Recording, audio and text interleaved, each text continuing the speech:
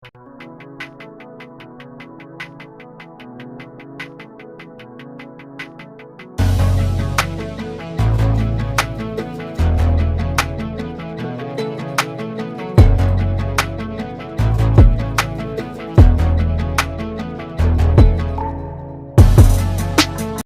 mga kaklik, bago na pinturahan yung mga ganyan, may kalawang, lalagyan muna natin ng ng rust converter. Yan, kaya prepare natin, ilinisin muna, kumukulo yung kalawang yan.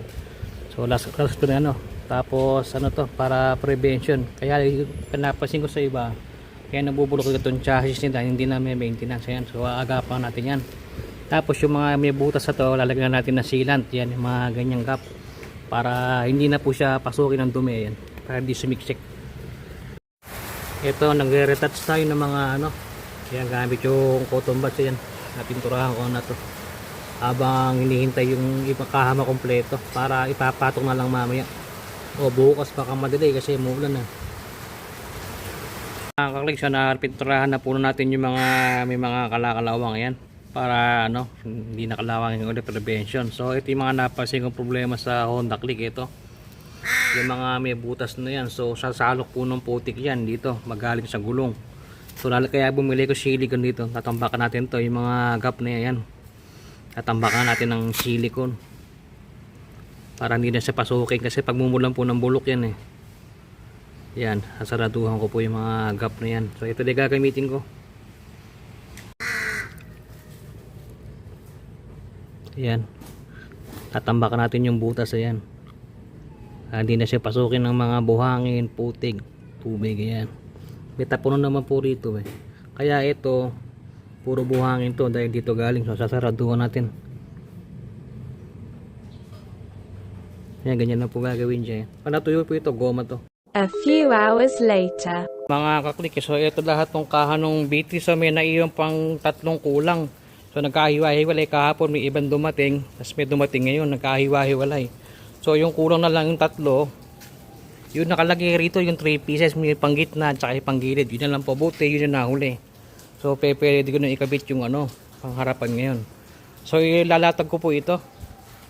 At saka sa isang pagkakamali ko, naibenta ko yung footboard nito ng B2, so pwede pala sa B3, parehas lang po pala. Tsaka yung espada, so kung may magko-convert, huwag nyo na po ibenta yung footboard tsaka yung espada para makatipid kayo. So ito po yung kahan ng Honda Click na P3. Parehas sa pasensya na po, umuulan bumabagyo yan.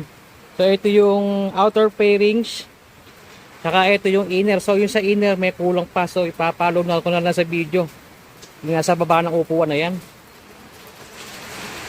So ito yung outer, lahat may mga pintura yan. Yung mukha niya, yan, kulay gray po ito, yan.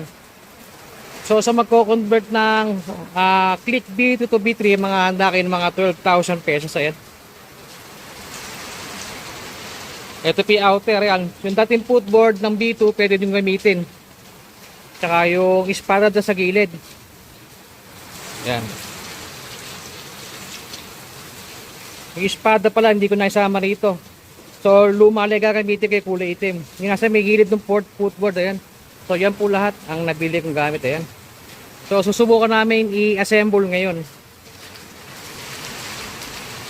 Ayan ito Click 150i B2, ayan. So pasok po lahat yan.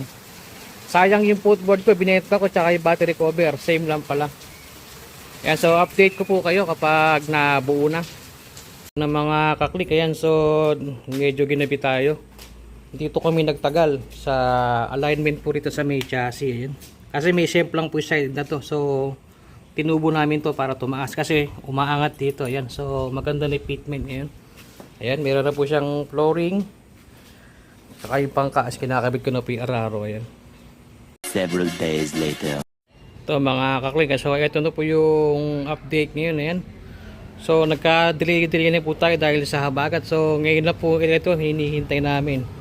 So mali pa yung kinadala ng seller, naging itim dapat gray. So hayaan mo, okay lang. So ayan na po siya ngayon. Mamaya ay kompleto na po ito. Upo na lang, tsaka spoiler yan. So mamaya i-montage natin kapag tapos na yan. A few moments later. So mga kaklik, ito na po yung final update. So inabot tayo ng ilang araw kakahintay ng pyesa, kagagawa ng habagat. So na-delay yan, nakumpleto na po natin. Ayan. So dati po itong B2, ayan, nagiging B3 na po siya. Ayan. Tingnan yung harapan. So yung sa mga hindi alam, dating headlight na po gagamitin yung kasya yan. Ayan. Tsaka yung panel gauge, kasya po yan. Ayan. So bibili yung plastic lang. Yan. So yan. So sa mga nagtitipid, kahit dati floorboard nyo na po gagamitin nyo, at saka ito yung magkabilang espada na yan, hindi na kayo bumili. Pagkakamali ko, binenta ko. Pwede pala, akala ko hindi pwede. Yan. So yan na po siya ngayon. Sa registro po nito, silver. So ito, gray po ito, pero may konting corn naman metallic. So pwede na rin po yan, medyo malapit.